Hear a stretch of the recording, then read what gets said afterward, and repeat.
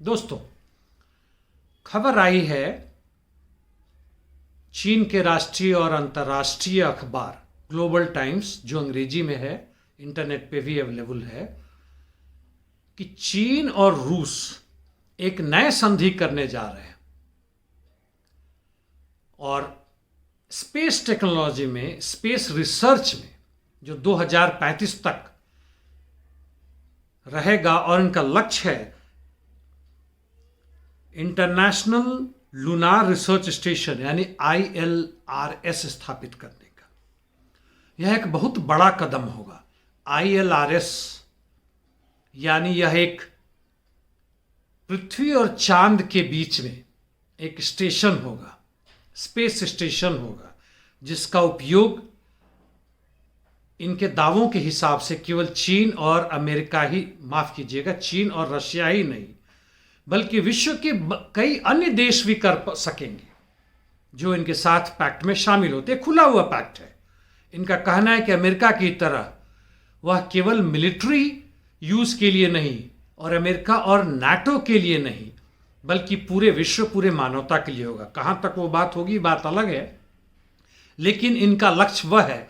और यदि पूरे मानवता और विश्व के दूसरे देशों के लिए बात कर रहे हैं तो नेचुरली उसमें इनका मुनाफा भी शामिल होगा। यानी इसका इस्तेमाल अधिक से अधिक वह व्यापारिक कारणों से, अनुसंधान तो है ही है, व्यापारिक कारणों से भी करेंगे और यह खास चीज है।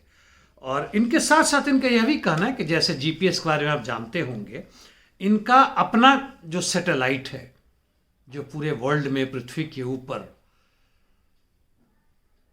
नेविगेशन के लिए जो काम करते हैं, रशिया का है ग्लोनास और चाइना का है BDS। और इनका जो है, इनका आपस में इंटरैक्शन होगा, एक दूसरे की मदद भी करेंगे, एक दूसरे से कंपैटिबल भी होंगे। GPS की तरह नहीं कि जो इनको एक्सक्लूड करते हैं, बल्कि सबके साथ होंगे। और आगे की बात यह है कि CNSA, जो चाइनीज नेशनल स्पेस एजेंसी है, और साथ साथ रशिया का जो है रोसकॉसमॉस, ये दोनों मिलके विश्व के लिए एक नई चीज देने की कोशिश कर रहे हैं। कहां तक सफल होगा वह बात की बात है, और मुख्य रूप से वही है जो मैंने कहा है, ILRS कंस्ट्रक्ट करने की।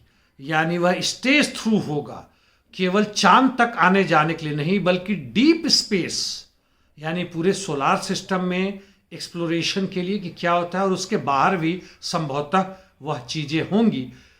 अभी 2035 ना सही, उसके 50 साल बाद या 100 वर्षों बाद यह पूरे विश्व के लिए सही में सोचे कि यदि विश्व में इस तरह की भूखमरी, बेरोजगारी नहीं होती, इस तरह की आपसी युद्ध नहीं होते जिसमें हम एक दूसरे को तबाह करते रहते हैं, केवल मुनाफे के लिए ना हो, तब हम सही में पृथ्वी से बाहर, सोलर सिस्टम से बाहर की भी बातें सोच सकते हैं।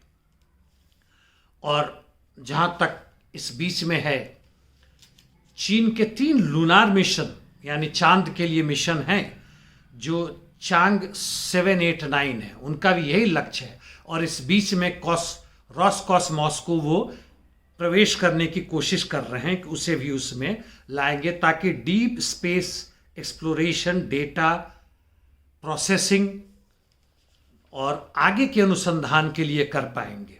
कहां तक सफलता होगी उसके बाद में बात करेंगे। इस बीच में यह भी बता दूं कि अमेरिका के साथ रशिया का अपना अलग से संधि है, लेकिन उसमें उनका कहना है कि अमेरिका कोशिश करता रहा है कि वह Russian exploration, space exploration mission को दबाने की कोशिश करता रहता है, और उस तरह का नहीं है जो 2018 से 2022 तक रशिया और चाइना के बीच में रहा है, जिसको चाइना कहता है वो ग्रैंड सक्सेस रहा है। चलिए दोस्तों, भारत का इसमें क्या रोल है, कितना सक्षम है भारत, वह बात के कभी समय आएगा तो हम बात करेंगे। आप भी उसे जरूर देखना, कोशिश करना कि केवल हम उत्पादन के क्षेत्र में ही नहीं बिछड़ रहे हैं। वितरण तो खैर, उत्पादन के बाद से जनता तक पहुंचाने की बात कहां तक है वो तो दूर की बात है। सामाजिक, आर्थिक, राजनीतिक से अलग होकर वैज्ञानिक क्षेत्र में हम कहां जा रहे हैं, वहां हम हिंदू राष्ट्र बनाने तक सीमित है, मनुवाद तक, मनुस्मृति तक सीमित है। धन्यवाद दोस्तों।